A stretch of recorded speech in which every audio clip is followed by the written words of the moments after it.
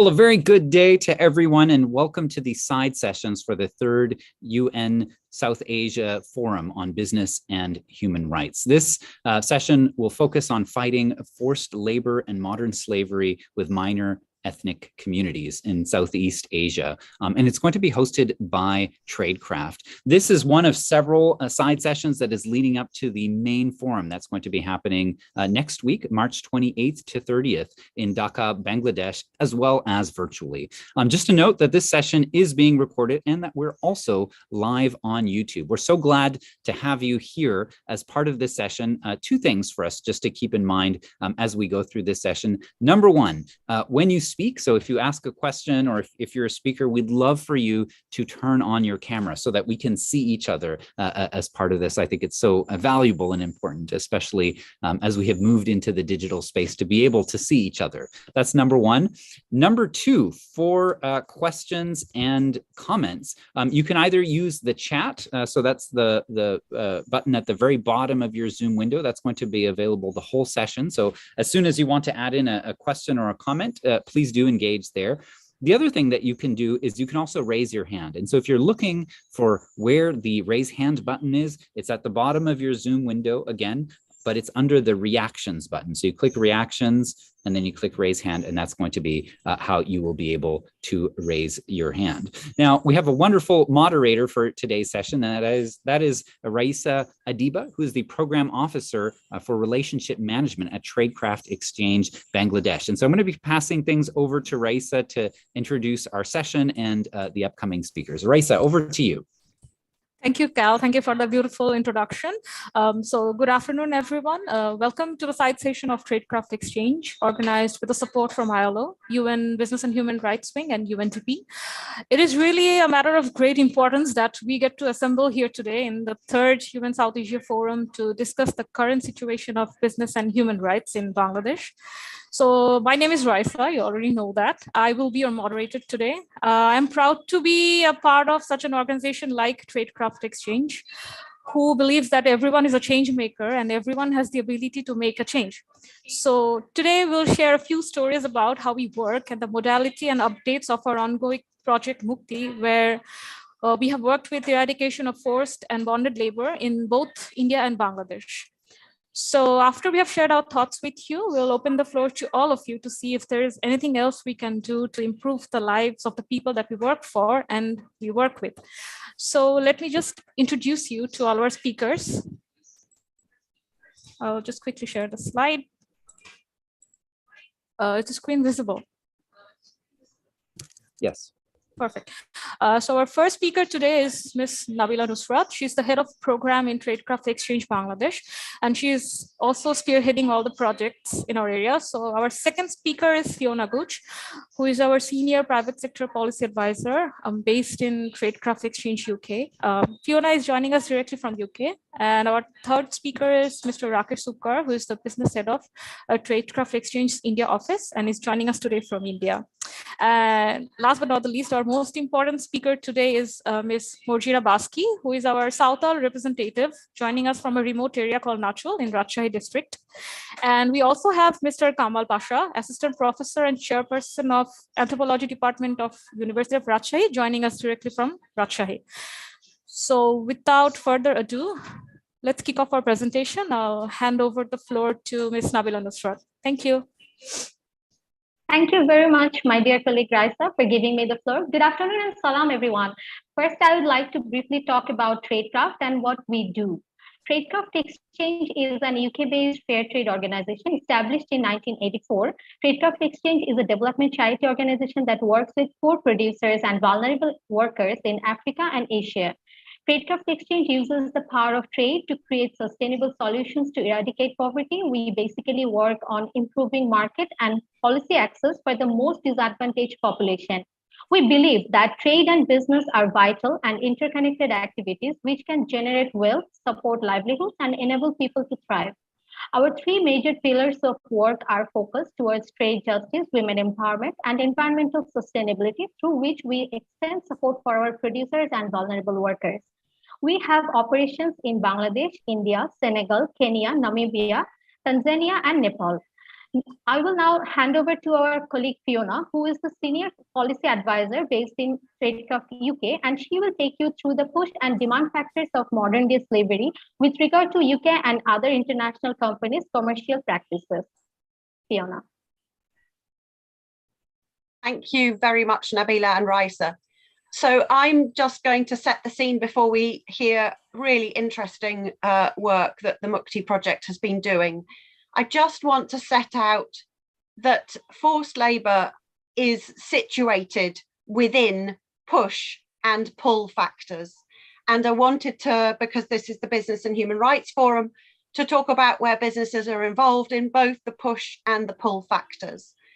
Because we are going to hear a lot about how to improve the situation of vulnerable people, both in India and Bangladesh, then obviously some of that is around the push factors related to social position. What we don't talk about, but obviously is relevant to other countries and other contexts, is that sometimes people who are migrants are susceptible to being forced to work. And we have to look at what are the conditions that resulted in their migration. Some of it can come from natural disasters, including driven away from their current homes by climate change, where obviously business plays a role, but also human caused conflict. That can be from land grabs, or it can be from civil war, which sometimes is fueled by conflict over natural resources. So that's to just draw out where there's a relevance for business in the push factors. But what I'm going to talk more about that's very much relevant also to UK and Western countries is that unfortunately there's an ever increasing demand for cheaper products, which unfortunately means demand for lower labour costs, which means people are looking for cheaper labour. Next slide, please. So essentially, these are some of the dynamics that are happening in international supply chains, particularly around garments, manufactured goods and food. So where you've got power sitting at the supply chain at the retail end, and you have a lot of workers involved in making a product, what happens over time is that retailers push for lower prices, fast and flexible production. But the result of that is that we create and we cause and we perpetuate precariously employed workers, people who are on insecure contracts and exhausted by long hours and high targets. And that's because ultimately the suppliers become the employers of people. And that's the only way to manufacture when people are regarded and treated as a variable cost. Whereas in other stages of the supply chain, there are people, then the supply chain is organized according to capital intensive expenditure, where there's a big machine that's difficult to buy, compared to stages of supply chain where it's labor intensive. Next slide, please. The result of this is that commercial practices can have a very direct impact on the hourly wages. And it's possible for forced labor to be happening in formal employment, not just informal employment. So where you've got bad purchasing practices, which includes poor technical specifications, the expectation that the supplier can ramp up production from nothing to 100% back down to 50% at very short notice, you can see that that depresses hourly rate wages. But if buyers agree to pay at least production costs, you can see that the hourly wage correlates and can go up by plus 10%. And this is from a study by the International Labour Organization in 2017. Next slide, please. So overall, now also taking a step back about the role of government, because obviously the UN guiding principles look at the role of government, the role of business and people. I wanted to draw attention to where we've got some failings or some gaps in government. Essentially, the relationship between workers and farmers and businesses who employ them or that farmers sell to, that is overseen by government and public authorities. But we've got two failings. We've got failings in at least two places. One is the content of law and how laws are set. And at the moment in Western countries, there is a primacy over company law and serving shareholders over the other laws. Unfortunately, what we see is that corners are cut in health and safety and environmental protection, even though we've got laws to protect those sectors. And in the UK, we have a gap in corporate criminal liability. It is actually impossible to hold a large and complex company to account for economic crime, let alone physical crimes. The second area where we've got gaps in government action relate to enforcement. It's massively under-resourced, and there's not always clarity about how to address cross-border harms. So this is to set the very big picture about why forced labour can actually be perpetrated and continued by business activities. And there's something for businesses to think about and something for governments to think about. I'd now like to hand back to Nabila. Thank you very much. Thank you once again for giving me the floor, Fiona. At this stage, I'm going to talk about Traidcraft's recent effort towards ensuring human rights for Dalit and Adivasi communities. Traidcraft has recently worked on a project co-funded by European Union to combat forced labor and modern-day slavery, targeting the Adivasi and Dalit communities in India and Bangladesh in association with two local partners named Asido and Jam Sahas. The name of this project is Mukti. Mukti means freedom. This project works for establishing a system for freeing people from forced, bonded, and child labor, which are a form of modern-day slavery. As ILO defines, forced labor refers to situations in which persons are forced to work through the use of violence or intimidation, or by more subtle means such as accumulated debt, retention of identity papers, or threats of criticism to immigration authorities. Moving on. Next slide. Yeah. Mukti project, no, the previous one, please. Thank you. Mukti project specifically works to address the systemic and structural vulnerabilities of the marginalized agriculture communities to force bonded and child labor in 2 districts of northern Bangladesh and 4 districts of Madhya Pradesh in India. Next, please. Now, looking at the context of indigenous community in northern Bangladesh, majority of this community are Shautals, who work as agricultural laborers at others' field and are employed for only 3 months in the whole year. Their monthly average income is as low as $25 US.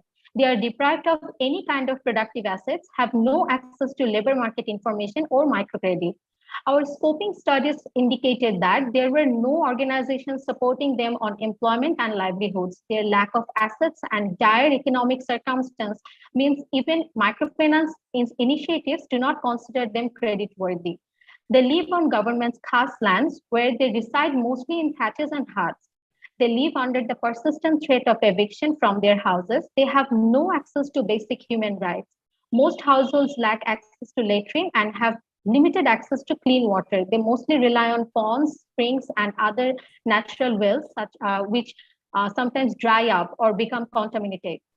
The health condition of these Shautal communities is noticeably worse than that of other Adivasi communities in Bangladesh. Most household members have 2 meals a day, morning and evening. Rice, potato, pulse, oyster, snail, these are their staple foods. Meat, eggs, or fish are a rare luxury for them. But this is mainly during the peak agriculture season when work is available for them. For the rest of the year, which can stretch up to 9 months, they live on just plain rice, dry chili, and salt. Next slide, please. So moving on, now we will have a look at the vicious cycle of debt bondage. The practice of bonded labor is widespread in this area, where these Shautal communities rely largely on verbal arrangements for wages and is subject to exploitation by unscrupulous landlords. During times of financial crisis, often caused or exacerbated by poor harvest or family emergencies, these poor people are compelled to seek loans from local mahajans or landlords on terms that are a form of bondage. Forward selling of labor and debt bondage is their only survival strategy. They borrow money or rice from local landlords in exchange for a promise to work at a later period, mostly during the harvesting season, at a lower wage rate. They are discriminated against and unable to negotiate a fair wage. Laborers are prevented from working in others' field. A vicious cycle of debt bondage arises as the indebted laborers struggle to pay off the debt. And they are also unable to leave employment to find better wage rates or pursue other livelihood options. This is the new form of modern day slavery in these communities. Now we will see a video on the situation I just described.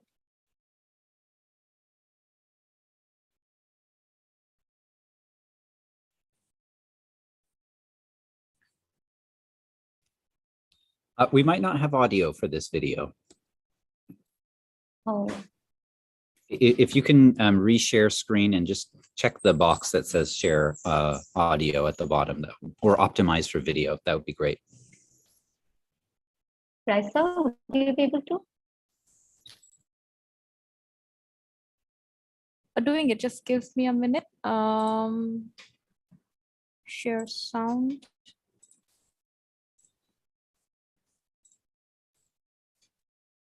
Is it audible now? Not yet. Not yet, not yet.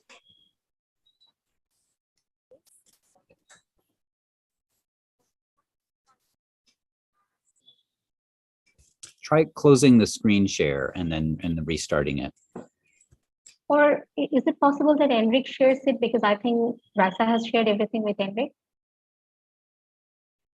Just give me 1 minute.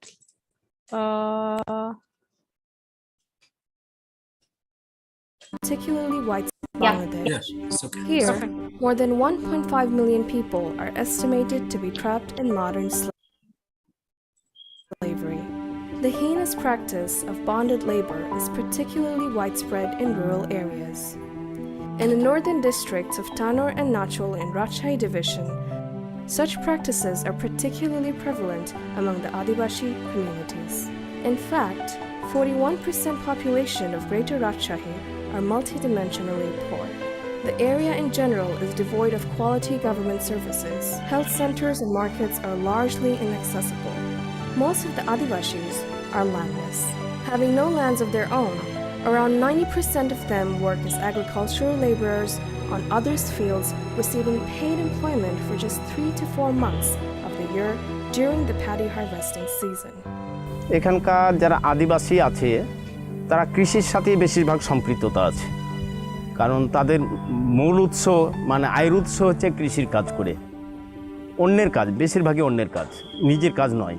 মানে তাদের নিজস্ব কোনো জমি জমা নাই, খাস জমিতে বেশিরভাগই বাস করে। পুকুর ধারে দেখা গেছে খাস জমি আছে, এই সব জায়গাতে, রাস্তার ধারে, এইসব জায়গাতে তারা বাস করে।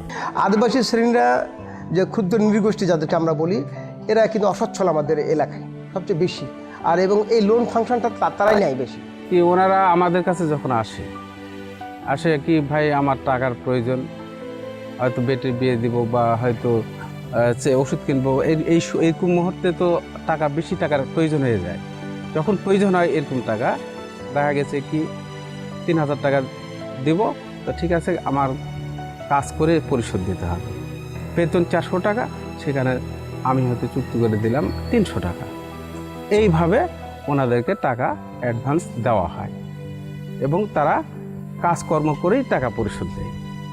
টাকা কীভাবে, এমনি তো আর দিতে পারবে না, ওদের তো জমি নাই, ওরা তো চাষাবাদ নাই, ওরা খেটে মানে পরিশ্রম করেই তারা কিন্তু টাকাটা দেয়। এবং টাকা পরিশোধ না হলে আরও একটা কথা, সুযোগ সুবিধা আমি দেখেছি, আমাদের কৃষক ভাইরা মানে সুযোগ নেই কি টাকা পরিশোধ না দেওয়া পর্যন্ত অন্য কারো কাজ করতে পারবে না। They are subject to food insecurity for almost 8 to 9 months of the year. Most don't even have cash to travel out of the area to find work.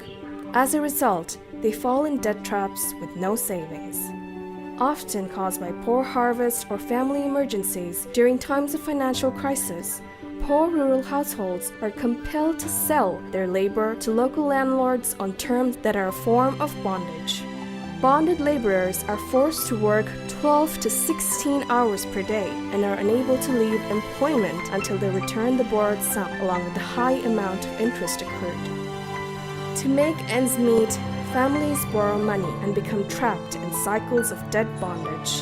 Research indicates that women and girls are more at risk of forced labor than men and boys. In many cases, family members, including children, are forced to work to repay loans. In Bangladesh, forced labor, including child labor and debt bondage, is illegal. But regardless of the legal statutes, forced labor continues to be a reality for millions of people. Racism and discrimination, social marginalization, and deprival of basic socio-economic and political rights against marginalized communities makes the Adivashis particularly vulnerable to forced labor and debt bondage. Project Mukti, founded by the European Union, implemented by Traidcraft Exchange in association with ASEDO, has started operating in these regions, which will benefit over 2,000 households.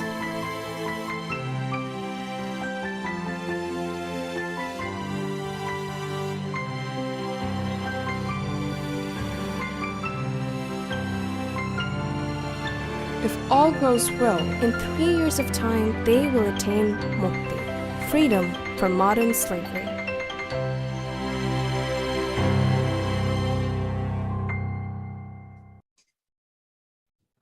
Welcome back, and thank you for watching the video.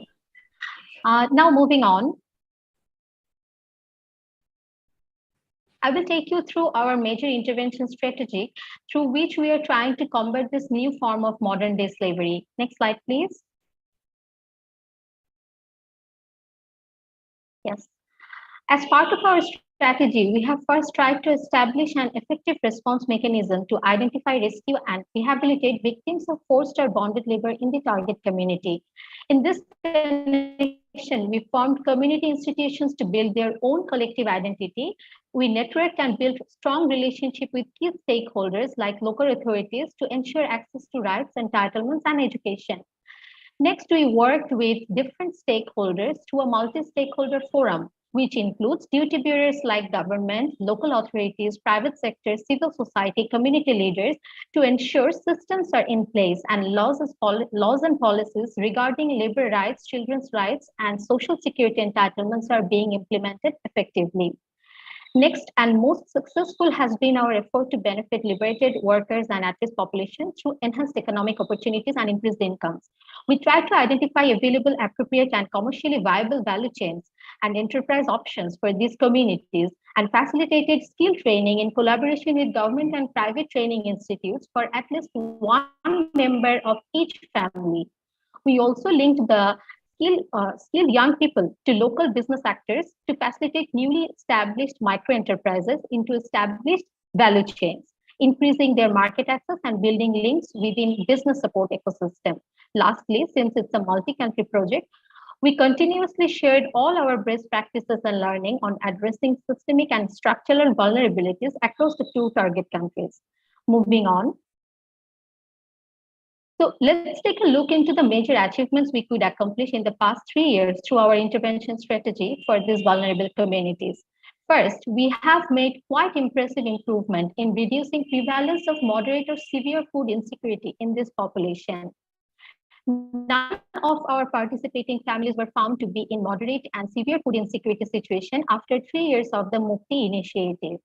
Our external evaluation observed significant increase in annual income of the participants from $294 to $1,044, which is actually as much as a 244% increase in their annual family income compared to the one that was prevalent during the beginning of the project. The participants received direct financial support of $220,000 for housing and livestock through negotiation and advocacy work done by their sub-district level federated bodies called Upazila associations. Moving on. By working in collaboration with government and private training providing institute, this project provided skills training to 1,607 young women and men in Bangladesh. The cost of this training was shared by these government and private institutes, which accounts for a total of $150,000 in the form of in-kind participatory contribution. This training enables the participants to take part in alternate income generating activities outside of their regular profession of selling labor in advance. Another tremendous success is that almost 1,500 of the trained young women and men have already started self-enterprises and reduced the risk of debt bondage in their families. The rest of the people actually got full-time employment in RNG and other electronic industries through networking support provided by the project. Moving on. So what we want to do in the longer run for these vulnerable communities, we desire to see these communities in less vulnerable situation where they will be free from generation-long debt bondage. We want to ensure access to basic human rights for them. While they need to be socially accepted as human beings by their neighboring Bengali communities, they also need to be recognized as citizens of the country. We want the social discrimination to come to an end, where the Adivasi children will be co-schooling with other Bengali children. We really need to ensure all year-round employment opportunities for this community based on their skills. And last but not the least, they should be given land rights on the government's khas land and access to common resource pool like forests, ponds, and rivers, etc. And Traidcraft believes that with the commitment and collaboration of all stakeholders from all parts, we can ensure a slightly compassionate world for these communities. Thank you for listening to me. Now I'll hand over to my colleague from India, Mr. Rakesh Suppar, who will take you through the situation in India. Thank you so much, Nabila, for the kind introduction. And this is Rakesh Suppar. I work with Traidcraft India programs, and there is a component of the Mukti program that we are implementing in India with our lead partner agency Jan Sahas in Madhya Pradesh in India. If we can move on to the next slide. So what drives labor bondage and forced labor in the Indian context?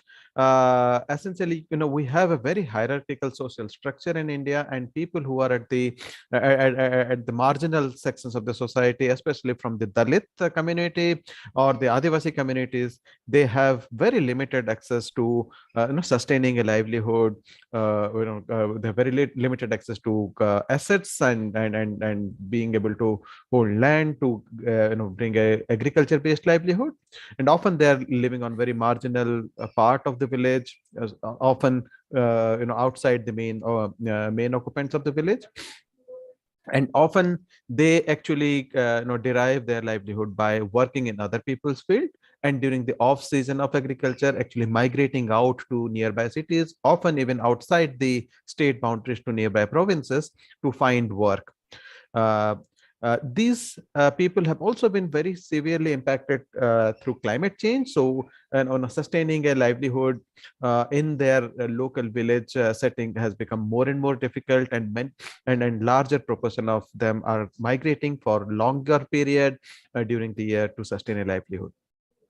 When they migrate, often they are faced with the situation of they work as informal workers without proper labor contracts, without any documentation around their payment and the wage rates, with no access to social security measures, and that creates greater risk for them to fall victim to forced labor or labor bondage situation, as my colleague Nabila explained in her presentation as well. Now, often despite strong policy measures that government of India has adopted, and in all the state governments these are valid, there are laws related to prevention and eradication of bonded labor. There are laws with respect to supporting the interstate migrant workers with access to various facilities, but often in practice the real access and the ability of these marginal communities to be able to access their entitlements become very, very difficult.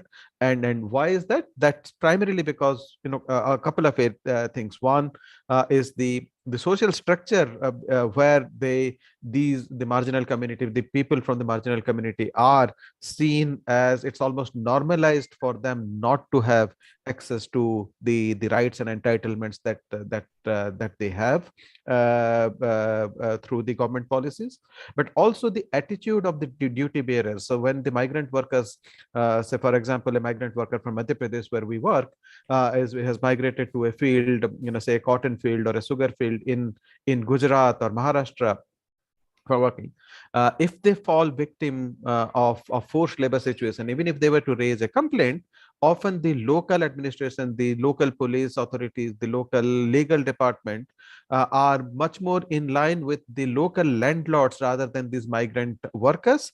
So the attitude of the duty bearers, they also prevents them from being able to access their rights. Hence, it was very, very important for us to work with a well-entrenched local organization like Jan Sahas, who have built very strong linkage with the local authorities, with the police and the legal department, with the judiciary, to provide this support function to the Adivasi communities. We had planned for sharing a short video testimonial of the program, but I think due to some technical glitches, we have not been able to include that. So we can move on to the next slide. So the Mukti program structure is based on the similar 4 outcomes that my colleague Nabila had explained in her presentation. So in our work, in the first outcome area where we work is to build the capacity of the community-based institution to create a robust response mechanism at the community level, which is led by the community. And through this program, we have facilitated 160 community-based institutions. These are called Dalit Adivasi Vikas Sangathan at the village level in all the 160 villages that we work across the 4 districts, covering about almost 8,000 households of Dalit and Adivasi families. And apart from that, because we see also child labor as a major area of concern, in the village level, we have also promoted children's councils, what is called as Bal Panchayat in the local language, and often through the Bal Panchayat institution, the children themselves take the leadership in monitoring the well-being of the children, the fellow kids and their friends in the village level. If anyone is missing school, somebody is forced to work, work as a laborer, they bring it to the notice of these other community-based institutions or the panchayat officials to take calls. We have also established a helpline number with a toll-free call-in facility, so that any laborer who is in a situation of forced labor or labor bondage could call on this number and register their case, and we will provide support to them. And we have received almost more than 1,000 calls in this through this number, and register and taken redressal mechanism around that. We have sorry, if you could just come back to the slide again. Yeah. We've also been working with the duty bearers, both at the village and the community level, to ensure that they are trained and sensitized to the needs. And we have worked with more than 1,000 duty bearers through this project. Number of cases that have been handled through these district resource centers across the 4 districts is more than 700 cases, and of course more than 2,500 cases of labor rights violation or forced labor have been tracked through the call-in center. Yeah, can we move to the next slide, please? In the outcome 2 area, we work with the duty bearers at that is the institutional mechanism that is expected to provide support to people or the vulnerable community that they fall prey to the forced labor situation. With our partner Jensas, we have signed an MOU with the state government of Madhya Pradesh to work on the forced labor and bonded child labor and bonded labor issues. We have established district level legal service authority, which works and created a cadre of paralegal volunteers who provide support at the community level to the communities wherever these cases get registered. We also conduct targeted training programs with the police and the labor department, so that the ground staff of these departments are sensitized on the issues and challenges. And through this training program, we have already covered more than 450 relevant duty bearers who have been reached out through the Mukti program. If we can move on to the next slide, please.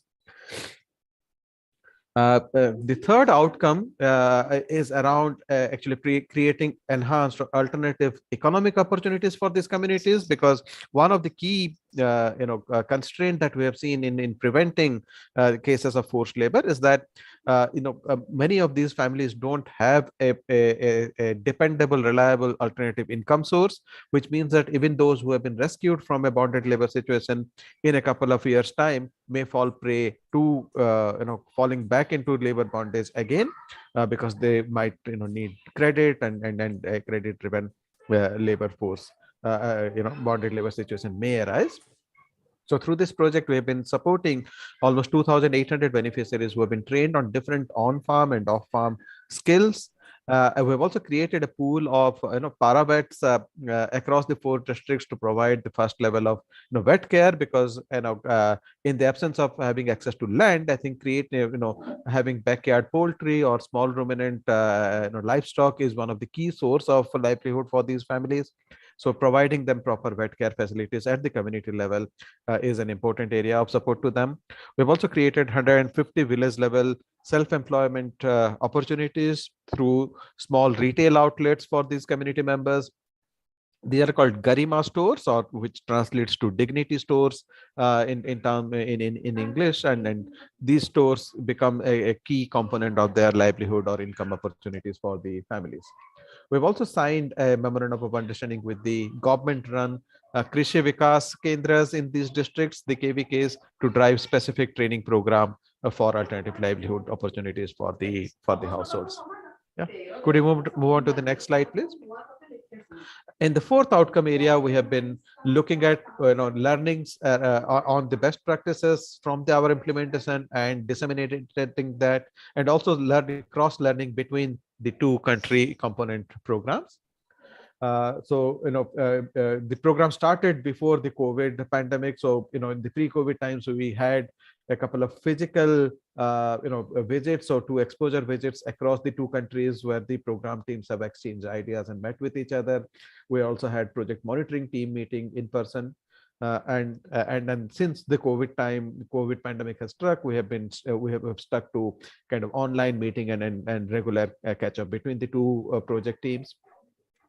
We have also looked at documenting some of the best practices from the Indian context or from the Madhya Pradesh experience and disseminating that. And these includes examples like memorandum of understanding for collaboration on ending bonded and child labor at the state level and district level, creating community cadres of paralegals and paravets which can provide community level support service to these community organizations, and also creating this kind of a Mazdoor helpline or a labor helpline, which is a toll-free call-in service which the laborers can reach out to in the case of crisis at any point. During the midterm review process, which we conducted last year, a series of such online reflection mechanism sessions were there, and all partners and a range of stakeholders participated in that to look at this. And also we participate in dissemination workshops like this current one is also one such example where we share learnings from the project with a wider audience for greater implementation. Could you move on? Yes, so I'll probably stop there and I'll then hand it over to my colleague from Bangladesh to take this forward. Oh, thank you, Rakesh Dada. That was a brilliant project brief that we received from all our speakers. So I thank them for the valuable time and the effort that they put together to put this presentation together. So we think that just watching a video or listening to a presentation won't be enough to properly understand the gravity of this deeply rooted social issue. So I'm going to invite over a very special guest, Ms. Morjina Baski, who herself has been a victim of forced labor before she was a participant of our Project Mukti. Let's hear from her now. So she'll speak in her native language, Bengalis, and I'll try to translate her emotions as properly as possible. So, Morjina Pa, Aminul Bhai.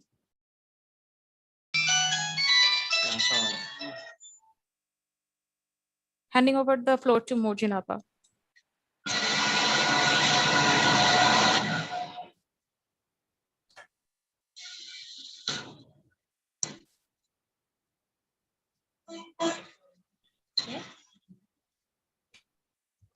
Apa?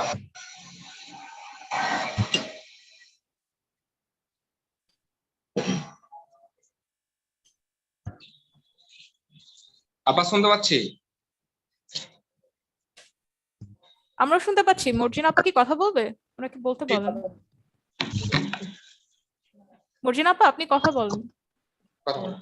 নমস্কার সকলকে, নমস্কার দিদি। নমস্কার দিদি, আপনি বলেন। কেমন আছেন দিদি? আমরা সবাই ভালো আছি দিদি, আপনি আপনার কথা বলেন, আমরা শুনবো। আমি প্রথমেই ধন্যবাদ দিই এসড মুক্তি প্রজেক্টকে অথবা রাশিদা আপাকে, সায়েদাকে, বিল্লা ভাইকে আমাকে এই আপনাদের সঙ্গে সাক্ষাৎ হওয়ার জন্য সুযোগ দেওয়ার জন্য আপনাকে ধন্যবাদ দিলাম। আমার নাম মর্জিনা বাজকি, ধরইল দিঘিপাড়া সান্তাল সামগ্রী উন্নয়ন সমিতির আমি সভানেত্রী। নাচল থানা নাচল চাঁপাইনবাবগঞ্জ। আমি আমার জীবনের যেটা বাস্তব ঘটনা ঘটেছে সেটাই আমি তুলে ধরতেছি। আমরা আদিবাসী গরিব, আমরা পরের জমিতে খাস জায়গায় আমরা বসবাস করি, কিংবা আমরা অন্যের জমিতে খাটতে যাই। আমরা অন্যের কাছ থেকে, অন্য মহাজনের কাছ থেকে আমরা ঋণী ধার টাকা নিয়ে আমরা অন্যের কাজে যাই।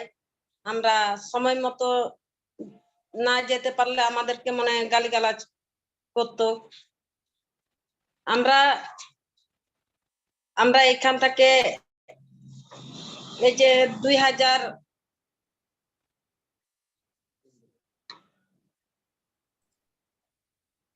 বলেন, আপনার সমস্যা নেই, বলেন। 3 বার খেতে পাইতাম না, আমরা 3 বার পেটে খাইতে পারতাম না। আমরা 2019 সালে আমাদের এই যে মুক্তি প্রজেক্ট আমাদের ওখানে দল গঠন করে। আমাদের গ্রামে 40টা পরিবারে আমাদের 2টা দল। 2টা দলে আমাদের ধরেন যে বিভিন্ন ধরনের আমাদেরকে প্রশিক্ষণ দেওয়া হয়, যে দর্জি, ইলেকট্রিক, আপনার মোবাইল সার্ভিস, সেলুন, রাজমিস্ত্রি, বিভিন্ন প্রশিক্ষণ দেওয়ার পরে আমরা ওখান থেকে সঞ্চয় করি। সঞ্চয় থাকে আমাদের, ধরো যে এই মহাজনের কাছ থেকে কিন্তু আমরা পরে আর টাকা নিই না, আমরা সেই সঞ্চয় থাকি কিন্তু কিছু কিছু পরিচালনা করে ওখান থেকে আমরা কিছু মানে আমরা এই অন্যের কাছে টাকা নেওয়াটা আমাদের বন্ধ আছে। আমাদের যেমন লেবুর গাছ আছে, লেবু থেকে অন্যেরা মনে হয় যার এখন খাস জমির ইয়াতে আছে প্রভাবশালী লোকেরা, ওরা অর্ধেক লেবু মনে করে ভাগ করে নিয়ে চলে যেত, আবার গাছের কুমড়াও ভাগ করে নিয়ে চলে যেত। যেমন আমাদের এই যে মুক্তি প্রজেক্ট আমাদের দল গঠন করার পরে এমন একটা শক্তি যে আমরা সেখান থেকে মনে করে মুক্তি পেয়েছি। তারপরে হচ্ছে যে এই যে দর্জি থাকে আমরা কিছু আয় করে, মানে আমার মেয়েকে দর্জি ট্রেনিং দেওয়া হয়েছে, সেখান থেকে আমার মেয়ের মনে করে যে মাসে দিনে মনে করে যে 300-400 টাকা আয় আসে। সেখান থেকে কিছু মানে আমাদের পরিবারে মানে আর মহাজনের কাছে যাওয়া লাগে না। আমাকে এই যে গবাদি পশু পালন, হাঁস বতক পালনের মনে করে যে প্রশিক্ষণ দেওয়া হয়েছিল, সেখান থেকে আমি হাঁস বতক পালন করি, গরু বাছুর পালন করি। তারপরে আমাদেরকে এই যে প্রজেক্ট থেকে একটা ছাগল দেওয়া হয়েছে, ওই ছাগলের 2টা বাচ্চা হয়েছে, একটা হাইলাম বাচ্চা, একটা খাসি বাচ্চা, আর বড়টা আছে। মাছে 3টা বাচ্চা। আর ধরেন যে আমাদের এই যে সরকারি ভাবে আমাদেরকে খাস পুকুর দেওয়া হয়েছে, 30টা গ্রামে 15টা পুকুর দেওয়া হয়েছে। আমার নিজস্ব আমি একটা পুকুর চাষ করি, আমার সেখান থেকেও আয় হয়। আমি আগের মতন কিন্তু এখন আমি অন্যের জায়গায় আমি কাজ করতে যাই না। আমি এই যে মুক্তি প্রজেক্ট আমাকে মিটিং এ ডাকে, সেখান থেকে আমি কিছু ভালো দিকটা পাই, আমি শিক্ষা পাই, দিয়ে এখান থেকেও কিছু কিছু আমার মানে মানে নিজের ইয়ার দিক দিয়েও মানে ভালো দিকটাই আমি পাই আর কি। তারপরে হচ্ছে এই উপজেলা পর্যায়ে বিভিন্ন ডক্টরের সাথে মনে কর যে পরিচিত হয়েছি। উপজেলা ইউনিয়ন পরিষদে আমরা এখানে ধরে যে বিজিবি কার্ড, বয়স্ক ভাতা, বিধবা ভাতা, এখান থেকে আমরা অনেকগুলা কিনিয়ে দিই আমাদের সাথে। তাদেরকেও মনে করে যে আমাদের মতো করতে চায় আর কি, যাতে কোনো আদিবাসী জনগোষ্ঠী যাতে পিছিয়ে না থাকে, আমরা সমান করতে চাই। আর সেটাই মনে করে যে মুক্তি প্রজেক্ট এসব আমাদেরকে সেটাই মনে করলেন যে আমাদেরকে পথ দেখাচ্ছে। আমরা সেই পথগুলা কিন্তু আগে জানতাম না। আমাদের মনে করে যে পথে চলার কালীন মনে করে যে একাই আমাদেরকে চলতে মনে করে যে কঠিন ভয় লাগতো। এই যে মুক্তি প্রজেক্ট এসে আমাদের সাহস এত বেড়ে গেছে যে আমরা সামনে হাঁটতে লাগলে আমরা মনে করি যে আমাদের সাথে তো একজন আছে। তখন আমাদেরকে দেখি মনে করি যে রাস্তা মানুষ ডরায় যে হ্যাঁ কোথায় যাচ্ছ দিদি, যে আমি ইউনিয়ন পরিষদে যাচ্ছি কিংবা আমি উপজেলা পরিষদে যাচ্ছি, তখন আমাদেরকে কোনো কথা বলে না।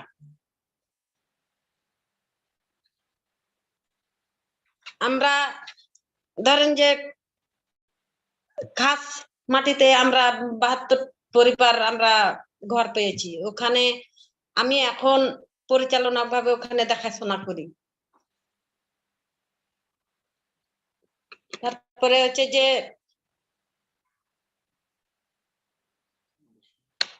আমাদের সমস্যা এখন হচ্ছে যে রাস্তা নেই, তারপরে হচ্ছে আমাদের শিক্ষা প্রতিষ্ঠান নেই, আমাদের ওখানে কোনো ক্লিনিক নেই।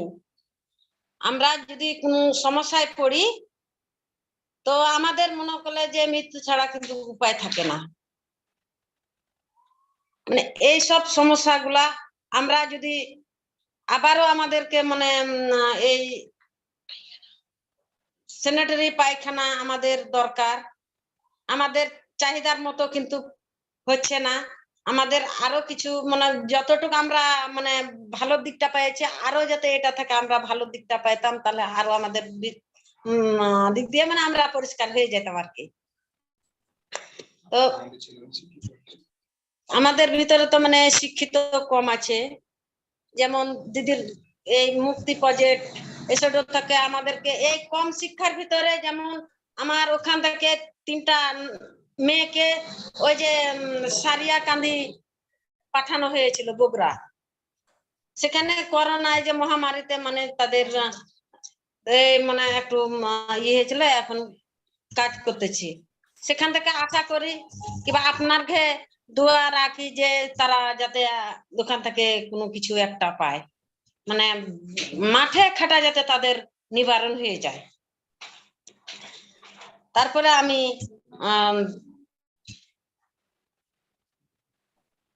এই কি কহে যে এসডো মুক্তি প্রজেক্টকে ধন্যবাদ জানাই।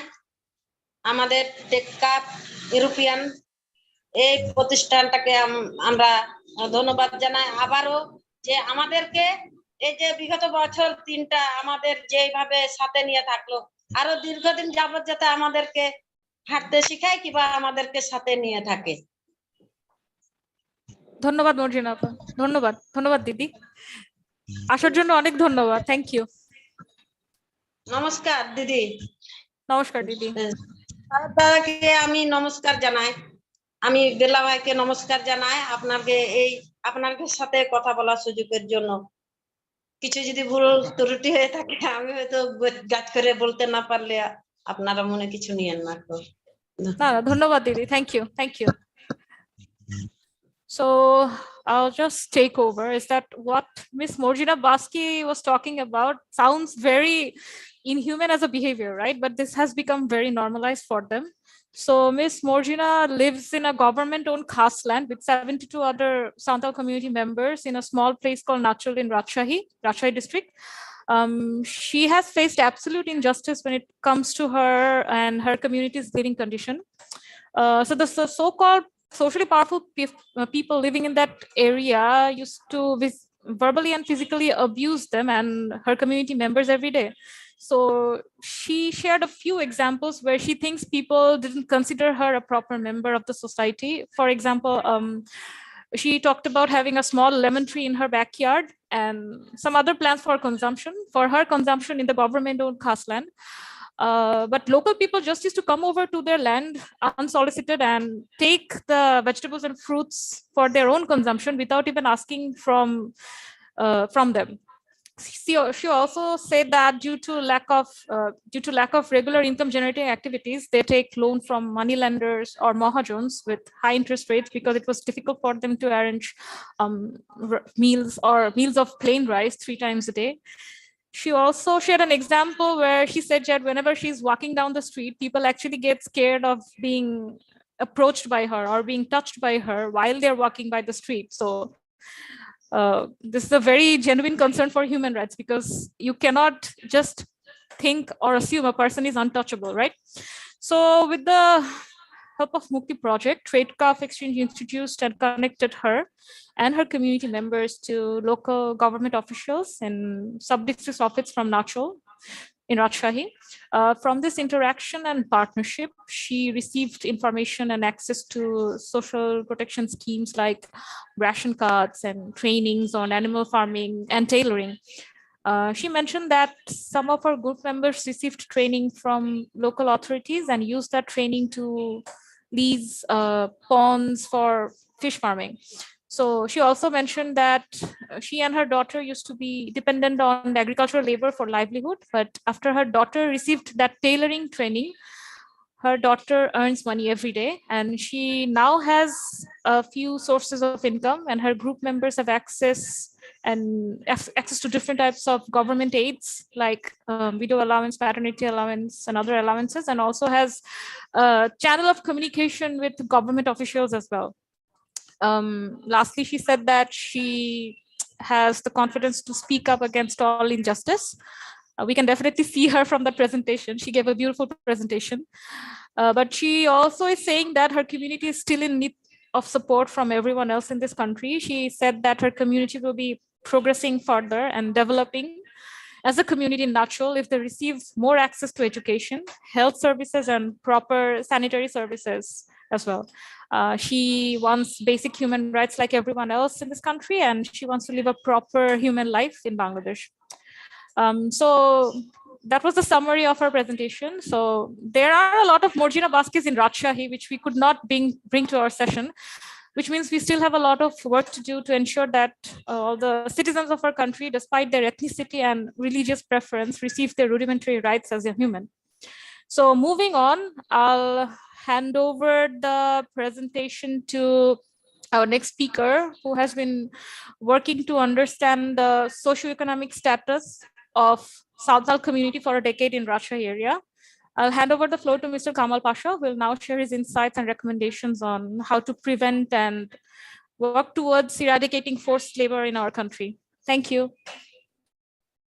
Thank you so much. Good afternoon, everybody. I'm Kamal Pasha, Associate Professor, currently hold Chair of Anthropology Department, Rajshahi University. At this stage, I'm going to describe the forced labor situation in agriculture from intersectionality perspectives, with a special reference to the with a special reference to the Santhal community in northern Bangladesh. By intersectionality, I mean all operation is linked, which is unique to individual. The forms of operation stemming from membership in multiple social categories intersect and thereby create new forms of operation that are causally, modally, and relationally different from the constituent forms of operation merely added together. Next. This is the portrait of the underlying interconnected social aspects that create a unique dimension of forced labor experienced by the Santhal people. As you see, this diagram shows 6 social aspects, which are ethnicity, class, gender, tradition and culture of fear, access to labor market, and the state. Each signifies a particular causality of forced labor and its associated dimension of oppression, exploitation, and deprivation, but together create a more profound effect that exacerbates Santal's everyday life, which is causally and modally and relationally different from its particular dimensions. About the ethnic relation, the relationship between mainstream Bengali and the Santal is a relation of subordination and oppression. To explicate the issue, I'm quoting one statement of a Santal. A mainstream took a lease of lands around a deep well. However, among the lands, there is a land of Santal. When the Santal denied giving his land to lease to the Bengali contacted the tubewell operator to stop giving water for irrigation to the Santal land. The Bengali landholder had a good connection with the tubewell operator. The Santal then had no way but to give the land to lease to the Bengali. About the class, continuity of accumulation of capital by dispossessing them from land and resources through extraction of surplus labor, wage discrimination, debt cycle, and resources through debt cycle and eviction from ancestral land, and so on. As a result, the only resources they have is their own body to sell. Unfortunately, the body is bonded. The following quotation may illustrate the issue. Santals took money from the mainstream when they are in hardship, and as bondage, they gave their land to the mainstream, but the mainstream tricked them into taking the whole land into their name from the Santals. Relating to gender, patriarchy, gender ideology, and insecurity turn women to the bottom of the vertical relation they have with men and the society. Considering the access to labor market, the Santals are not free to choose and make decisions about labor they engage. There is a growing tendency among the landowners to offer contract forms of labor. For a contract, the Bengali usually rely on a Bengali laborers. Also, the labor market outside of the locality is highly influenced by the middleman. The following narratives depicts the issue. Through middleman, the Santal laborers go to the city to work for 300 taka, I mean around $3, which is less than the Bengalis. Middleman with their vehicle picks the Santal. If the Santals want to work independently, they don't stand in a chance to sit in the labor market point. About the tradition and culture of fear, the impunity is the outcome when any crimes or odd happen against the Santal by the Bengali, but inverse reality for the Santal. So they're living with fear and threat risks. Appreciating that Bangladesh Constitution included forced labor, if we go through the chapter 3, the basic rights of the Constitution, Article 34, Section 1, all forms of forced labor are prohibited, and any contribution of this provision shall be an offense punishable in accordance with law. The penalty of committing the crime of forced labor under the penal code is imprisonment of either description for a term which may extend to 1 year or with fine or with both. However, hitherto, none of them has faced any trial under the law. Besides, and as an ethnic, Santals are community bound because of their endogamous marriage system and closed kingship networking and fragility of cultural practices outside of the community. Lastly, concerning to the state behaves like a stepfather. In the Constitution, there is an endeavor to erase or not to acknowledge the existence of any ethnic group.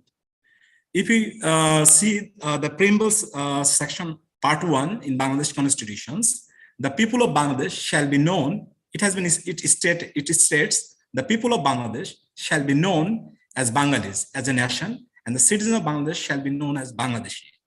After raising voices for a long time to be recognized as Adivashi, in response, government took the 15th Amendment of the Constitution in 2011. The article recognized them not as an indigenous, but as tribes, minor races, ethnic sects, and communities. When we analyze various national policies, what we find, there are hardly any special service provisions for them. In some cases, national policies have provisions for marginal and backward people, but their inclusion is not sharply operationalized as marginal or background. At the local level, community level, though there is equal service provisions for all, the equity issue is not addressed for the proper and adequate inclusion in the service delivery. Only a few are included sporadically in the social safety net program. Lastly, what significance of the intersectionality to understand the forced labor situation will be extrapolated in the following example. The oppression, exploitation, and deprivation between Bengali and Santal women are different, although both belong to the same economic background. Eviction from land by trickery is a unique example of Santal. Santal's women's insecurity is higher than the Bengali woman. Middlemen may or may not be a dominant factor in access to the labor market for Bengali women, but Bengali women may not face a cut of wage, whereas inverse for the Santal women. Also, Bengali women could get access to the labor sale point if they reduce initial gender-related barriers at the household level, but Santal women can't. Like Santal women, Bengali women hardly face any ethnic stereotyping or prejudice. For a state, the mainstream Bengali, not the Santal, does only matter in voting politics. Their exclusion is often invisible. They are treated as minor, like their minor identity. So the forced labor situation cannot be deciphered holistically without acknowledging their intersecting experience of marginalization, domination, and oppressions. All those intersecting social and cultural aspects as determinator together create a compound effect on the forced labor situations. Now I'm trying to draw some preventive measures against the forced labor based on my findings. At the community level, I think awareness raising is not enough. Rather, social movement by bringing different actors on board will have a greater effect. The vicious cycle of debt bondage must be removed. One way this can be done by strengthening their community saving and credit system. The other way may be to introduce loan packages either from government or NGO or both for production purpose with a soft installment process along with the capacity building concerning production scheme. They should be offered income generating training with a soft loan package so that they could be engaged in small trading and entrepreneurship. Government or NGO or both in collaboration may arrange this training. The existence of the middleman and other barriers to entry into the labor market should be removed. Activating labor committee could be a way. At the policy level, national policies should have a special service provisions for the ethnic minorities. And at the programmatic level, instead of isolated delivery of services and activities, an integrated approach of intervention is required to address intersectionality of the domination and oppressions. Finally, research priorities, what we think, forced or bonded labor is a complex phenomenon connected with multiple aspects, multiple social and cultural aspects with historicity. Commissioning an ethnographic study would provide a deeper understanding and comprehensive picture in this regard. Thank you all. Thank you. Over to Raisa. Thank you, Mr. Kamal Basha. Thank you for your presentation. So right now for the question answer segment, we'll now request the host to put us into breakout rooms for a more interactive discussion between the participants. In these rooms, you'll have a TX speaker or a representative from whom you can ask any questions about our current work and future partnership opportunities. We'll be back here by 5 to 10 minutes. Over to you, Cal. Excellent. Thank you so much. So we're launching the breakout rooms now, where you'll be able to have a smaller discussion and ask some questions.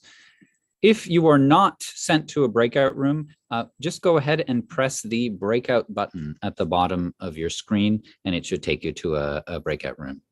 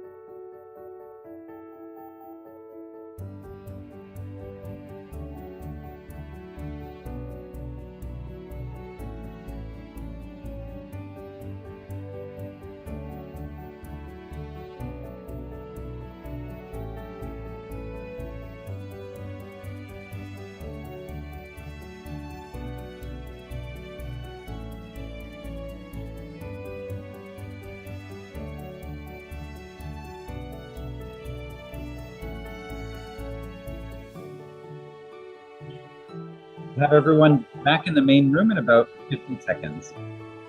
Perfect. Okay. So I was actually planning to hand over the Q&A session to our country director, if that's all right, because we do have some time. So. Sure. Thank you.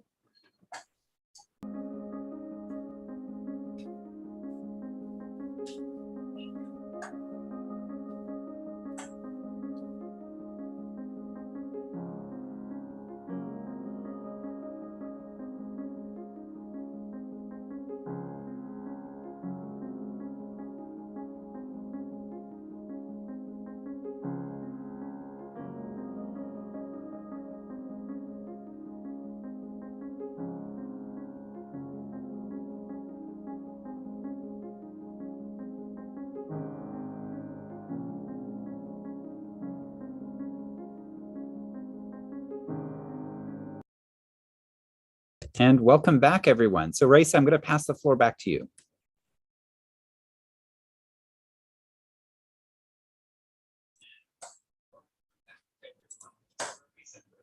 Thank you, Cal.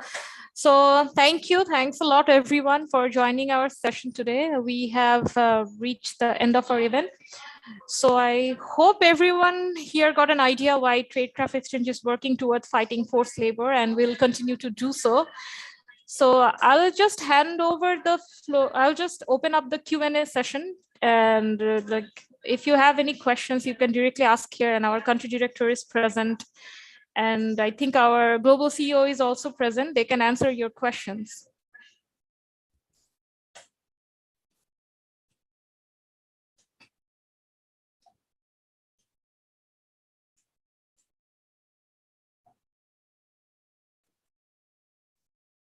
It looks like we don't really have any questions right now. So since we are at the end of our session, I would like to thank everyone for your patience. And I'm also grateful to all the speakers who joined us here.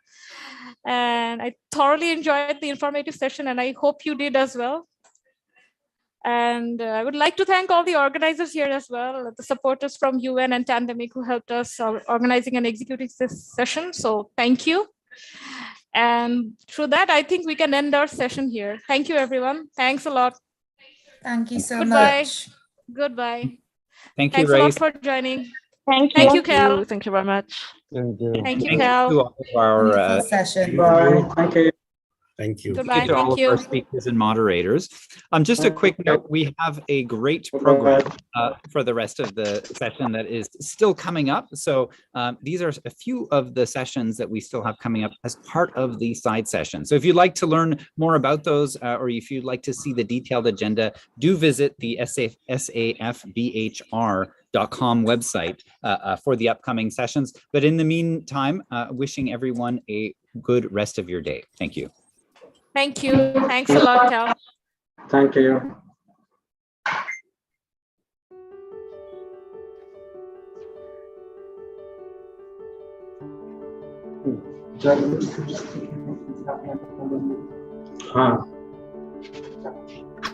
কত টাকা?